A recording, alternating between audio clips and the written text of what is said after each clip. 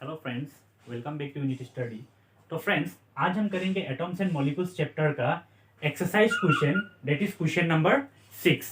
तो देखिए friends, question number 6 में क्या दिया हुआ है, calculate the molar mass of the following substances. ठीक है, तो यहाँ पे कुछ सब्सटेंसेस दिया हुआ है और इनका हमें क्या निकालना है, मोलर मास निकालना है। मोलर मास निकालने के लिए फ्रेंड्स सबसे पहले आपको मोलिकुलर मास निकालना होगा। देखिए फ्रेंड्स, जैसे हम लोग मोलिकुलर मोलिकुलर मास में हम क्या करते थे, उसका उसका जो यूनिट है, ठीक है, उसका जो यूनिट है उसे हम यू से डिनोट करते थे। यू का मतलब होता है क्या फ्रेंड्स, यूनिफाइड मास। सो मोलिकुलर मोलर मास का हम लोग यूनिट किससे रिप्रेजेंट करेंगे, जी से। जी का मतलब होता है ग्राम। ठीक है, और एक बात याद रखना है फ्रेंड्स, आपको जो मोलर मास होता है वो न्यूमेरिकली इक्वेट होता है with respect to molecular mass. ठीक है, सो उससे बस हम क्या करेंगे, इसका जो यूनिट है उससे हम रिप्रेजेंट करेंगे। मोलिकुलर मास को हम यू से रिप्रेजेंट करते हैं और मोलर मास को हम जी से रिप्रेजेंट करेंगे। तो यहाँ पे बस डिफरेंस यही है फ्रेंड्स। तो चलिए स्टार्ट करते हैं क्वेश्चन नंबर 6 का ए। देखिए फ्रेंड्स, यहाँ पे नंबर 1 ए में क्या दिया हुआ है, इथाइन C2H2।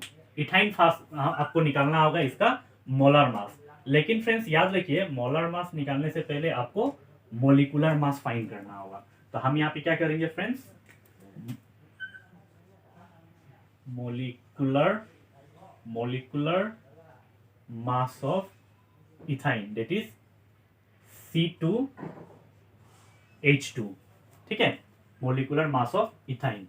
तो यहां पे हमें क्या करना होगा, कितना कार्बन है यहाँ पे, 2।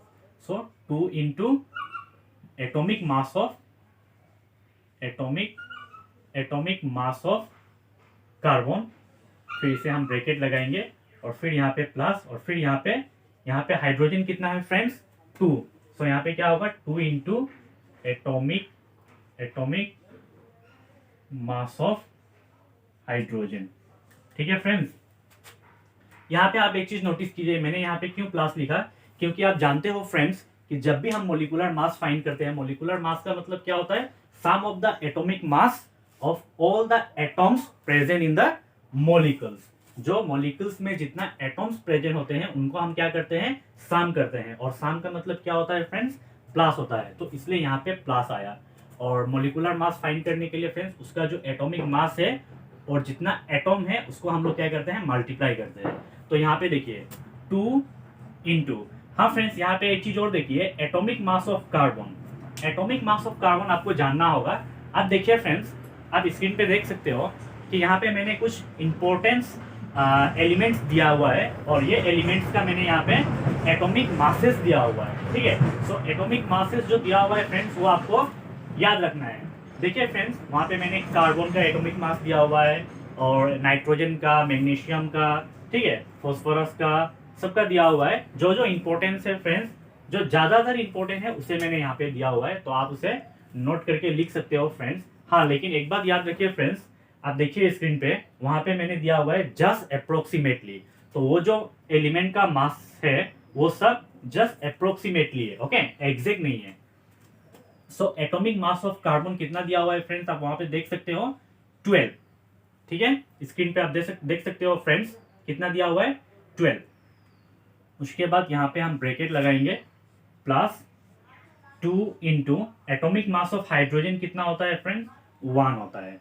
तो यहाँ पे कितना हो जाएगा, 2 इंटू 24 और 2 into 12, that is 24, plus 2 into 1 2। तो यहाँ पे कितना हो जाएगा, 26U। ये फ्रेंड्स था मोलिकुलर मास, तो हम लोग यहाँ पे क्या लिखे हैं, U लिखे हैं, ओके, यूनिफाइड मास। तो इसे अभी हम क्या करेंगे फ्रेंड्स, हैंस, आप ऐसे लिख सकते हो, हैंस द मोलर मास, हमें मोलर मास ही निकालना है फ्रेंड्स।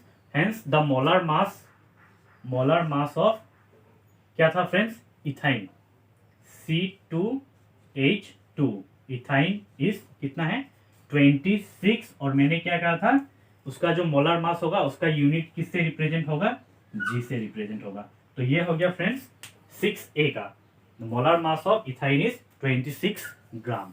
ठीक है, आप इसे एक स्क्रीनशॉट ले लो फ्रेंड्स। चलिए अब हम करते हैं next question, that is B. Same process होगा फ्रेंड्स इसके लिए भी, पहले आपको क्या फाइंड करना होगा, molecular mass, sulphur molecules, acid. Acid जो ये मोलिकुल्स है, तो इसे हम फर्स्ट क्या करेंगे,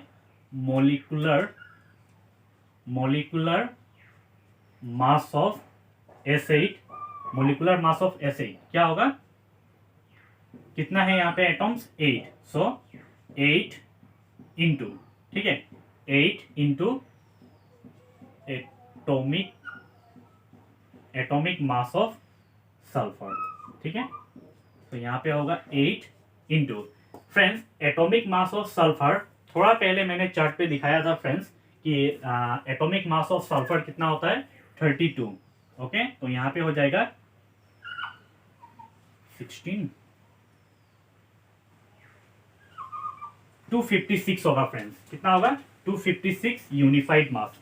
तो आप इसे मोलिकुलर मास आपको मिल गया, तो आप इसे डायरेक्ट लिख सकते हो क्या, हेंस द मोलर मास। अभी आपको चाहिए क्या, molar mass, hence the molar mass of S8 is कितना होगा, 256 और यहाँ पे U नहीं, क्या होगा, G, ठीक है। तो ये फाइंड हो गया friends molar mass of sulphur molecules, ठीक है।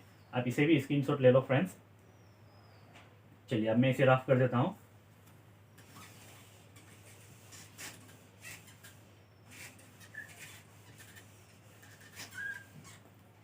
देखिए फ्रेंड्स, सी का सेम प्रोसेस होगा, मोलिकुलर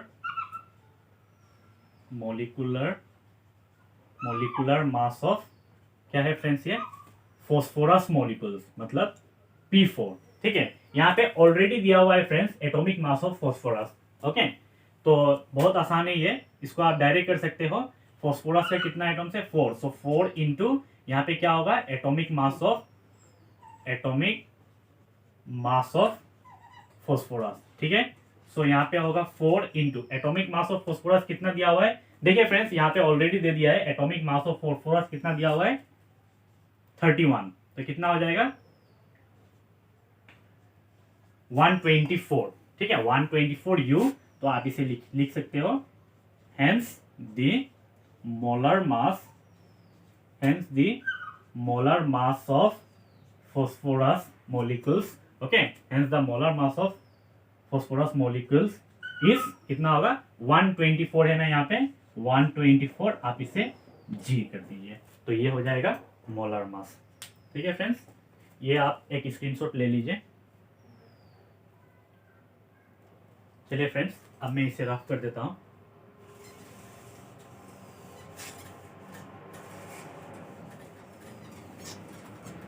चलिए फ्रेंड्स, अब करते हैं डी का क्या है फ्रेंड्स, हाइड्रोक्लोरिक एसिड, ठीक है, हाइड्रोक्लोरिक एसिड। सो पहले आपको क्या करना होगा, मोलिकुलर मास फाइंड करना होगा, मोलिकुलर मास ऑफ HCl क्या होता है, हाइड्रोक्लोरिक एसिड। तो यहाँ पे HCl मतलब H कितना है, 1, सो 1 इंटू एटॉमिक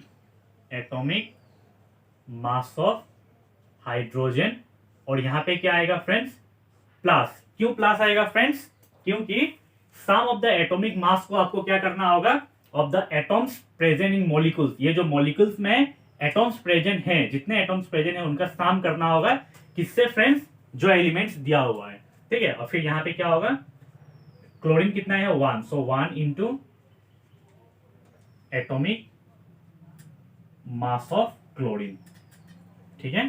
तो यहाँ पे हो गया 1 into atomic mass of hydrogen 1 होता है, सॉरी यहाँ पे 1 होगा, और यहाँ पे प्लस, फिर 1 इंटू एटॉमिक मास ऑफ कितना है फ्रेंड्स यहाँ पे, क्लोरीन। तो एटॉमिक मास ऑफ क्लोरीन कितना होता है, 35.5, ठीक है। आपको चार्ट को याद करना होगा फ्रेंड्स, आपको 1 इंटू 1 होगा, प्लस 1 इंटू 35.5 भी होगा, तो यहाँ पे हो जाएगा 36.5 U। सो इसे आप लिख सकते हो, hence the molar mass of किसका फ्रेंड्स, हाइड्रोक्लोरिक एसिड का, HCl, hence the molar mass of HCl is कितना मिला है हमें, 36.5। सो 36.5 G। इजी है ना फ्रेंड्स ये बहुत। चलिए अब लास्ट हम करते हैं A, B, C and D completed. Then the last one is E.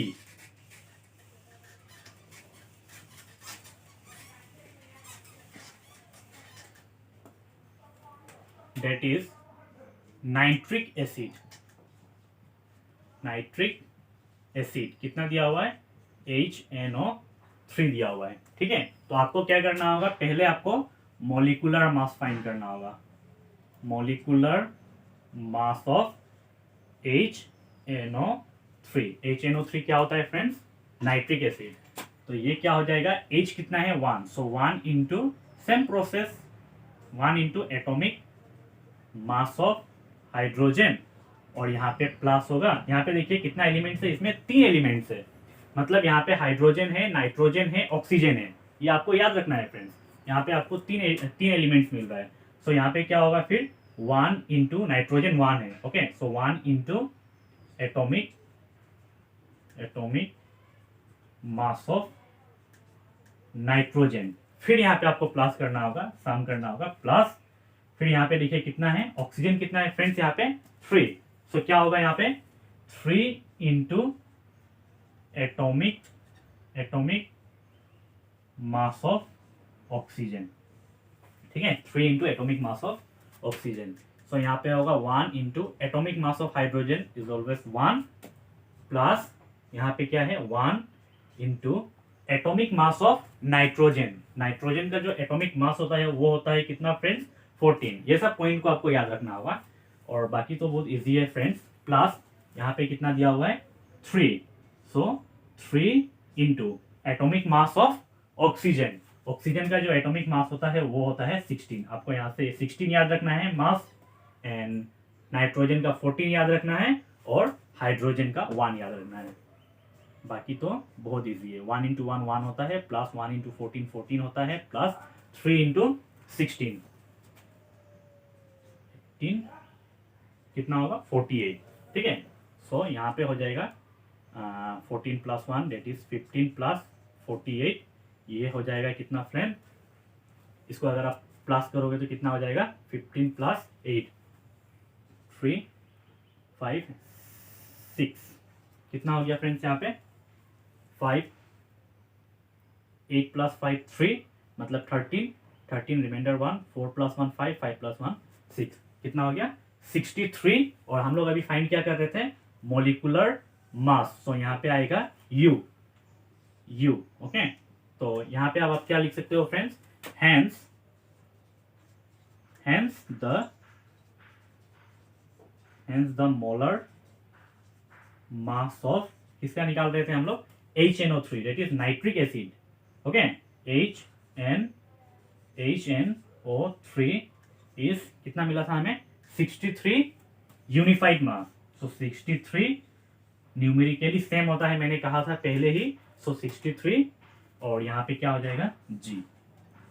ठीक है, सो क्वेश्चन नंबर 6 का EV कंप्लीट हो गया फ्रेंड्स। ABCDN is completed.